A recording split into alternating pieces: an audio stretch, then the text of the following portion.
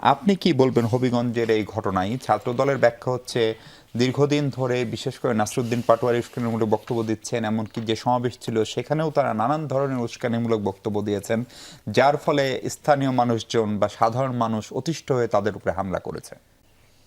জি, হবিগঞ্জের ঘটনাটাই কিন্তু প্রথম না। নির্বাচনের পরপরই আমরা দেখেছি ঝিনাইদহেও এরকম ঘটনা হয়েছিল। এবং উস্কানিমূলক বক্তব্য হলে সেটার দায়িত্ব ছাত্রদলের না। অভিযোগ হবে, সে অভিযোগের ভিত্তিতে আইনশৃঙ্খলা রক্ষাকারী বাহিনী সেখানে এসে ব্যবস্থা নেবে। কিন্তু আমরা যেই ছেলেটার ছবি দেখলাম তার একটা চোখ নষ্ট হয়ে গেছে রডের আঘাতে এবং রক্ত পড়ছে। এই প্রজন্মের সাথে তো এই আচরণ করা আমাদেরকে মানায় না। এবং কারা করছে?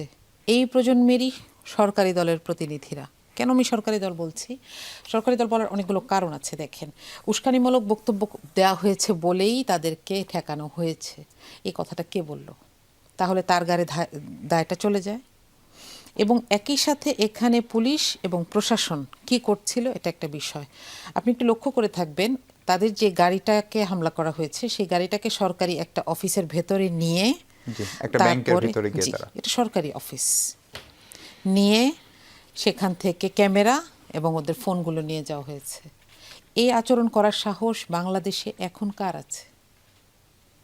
আমি প্রশ্নটা করে যাচ্ছি। অনেকের আছে আপা, অনেকের আছে। যেমন রাজশাহীতে ধরেন ছাত্র সংসদে যারা বিজয়ী দল ধরেন আম্মার করতে পারেন, আম্মার করেছেন, সেটা একটা ইউনিভার্সিটি, সেটার সিচুয়েশনটা আলাদা। এবং আমার মনে হয় বলবে বা বলেছে কিনা এর মধ্যে আম্মার তার ব্যাখ্যা দিয়েছে। জি, সেটা হচ্ছে যে প্রশাসন দীর্ঘদিন ধরে নির্বিকার এবং যেই ছেলেটি এই অন্যায়টা করেছিল তার রুমটা সিলগালা ছিল, সে শুধু ক্যাম্পাসে ফেরেইনি, তার ব্যাপারে তার মানে এখনো কোনো মামলা নাই। এবং সে নতুন করে আরেকটা দুষ্কৃতি করার পরে, অভিযোগ আসার পরে ছাত্র সংসদ সেখানে অভিযোগের ব্যাপারে কথা বলতে যায় এবং এরপরে যেটা হয়েছে হাতাহাতির ঘটনা হয়েছে। আপনাকে আমি একটু মনে করাই দিই, রাজশাহী ইউনিভার্সিটির ওই ছেলেটার ছবিটা তো আমরা ভুলে যাই নাই, যার পায়ের পাতাটা আলাদা করে ফেলা হয়েছিল, তাই না? এটা তো সেই ক্যাম্পাস। সুতরাং এখানে মানুষের ক্ষোভ কোথায় কাজ করে এবং ছাত্র সংসদ সেখানে সামনে ছিল, এটা একটা সিচুয়েশন। আর এনসিপির ঘটনাটা আরেকটা সিচুয়েশন। আমাদেরকে দুইটাকে অ্যাড্রেস করতে জানতে হবে। তারপরেও আমি বলবো এটা ছাত্র সংসদের কাজ না, এবং ছাত্র সংসদকে একটা পর্যায় পর্যন্ত গিয়ে থামতে হতো। কিন্তু সেখানে এই কাজটা তো আমি গিয়ে বলবো না, আপনিও গিয়ে বলবেন না। কে বলবে? প্রশাসন। কে বলবে? পুলিশ, বিশ্ববিদ্যালয় প্রশাসন, অবশ্যই। হ্যাঁ, এবং প্রক্টর আছেন। তাহলে তারা কোথায় ছিলেন তখন? তাহলে কি তারা অপেক্ষা করছিলেন যে এখানে একটা লাগুক মারামারি, তারপরে হচ্ছে আমরা পরে এটা থেকে আমরা ফায়দা নিব? তাহলে এটার দায়িত্ব তো প্রশাসনকেই নিতে হচ্ছে। তাহলে ঘুরে ফিরে দায়িত্বগুলো যখন প্রশাসনের উপর আসে, ব্যাখ্যাটা দেওয়ার দায়িত্ব প্রশাসনের।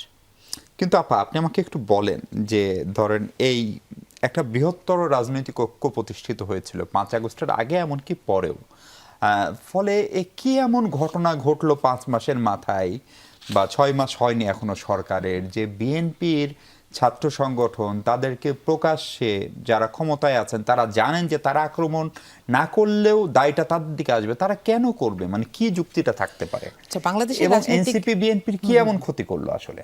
আচ্ছা, বাংলাদেশের রাজনৈতিক সংস্কৃতি যেটা, যেদিন জাতীয় সংসদ নির্বাচন হয় সেদিন তো রাতে মোটামুটি বোঝা যায় কে জিতেছে। এবং আমরা যেটা দীর্ঘদিন ধরে দেখে আসছি যে ওই দিন রাতেই ক্ষমতাসীন দল যা তাদের ছাত্র সংগঠন কি করে, হলগুলো ভ্যাকেন্ট করে ফেলে, বিরোধীদেরকে পিটিয়ে বের করে দেয়। 24-এর পরে কিন্তু অনেকগুলো নতুন ঘটনা হয়েছে এখানে। সেটি পারে নাই। হ্যাঁ, পারে নাই। কেন পারে নাই? কারণ ছাত্র সংসদগুলো সেখানে ছিল।